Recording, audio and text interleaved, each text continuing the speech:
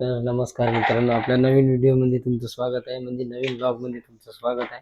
तर आज हिच्या गावावरून एक फोन आला की हिच्या बहिणीची तब्येत खराब आहे म्हणे. म्हटलं ठीक आहे, तब्येत खराब आहे. ते सांगत होते का तू भेटीसाठी असं झालं तसं झालं, तुझ्याशिवाय कोण आहे तिचं. म्हणलं ठीक आहे, ते बी गोष्ट ठीक आहे. पण जेव्हा मला हिचा आधार कार्डचा एक OTP नंबर चेंज करायचा होता, म्हणजे मोबाईल नंबर चेंज करायचा होता. तेव्हा मला एक OTP लागत होता, जे हिच्या घरच्या मोबाईलवर होता आणि याच्या घरचा मोबाईल हिच्या बहिणीकडे होता. तेव्हा एक OTP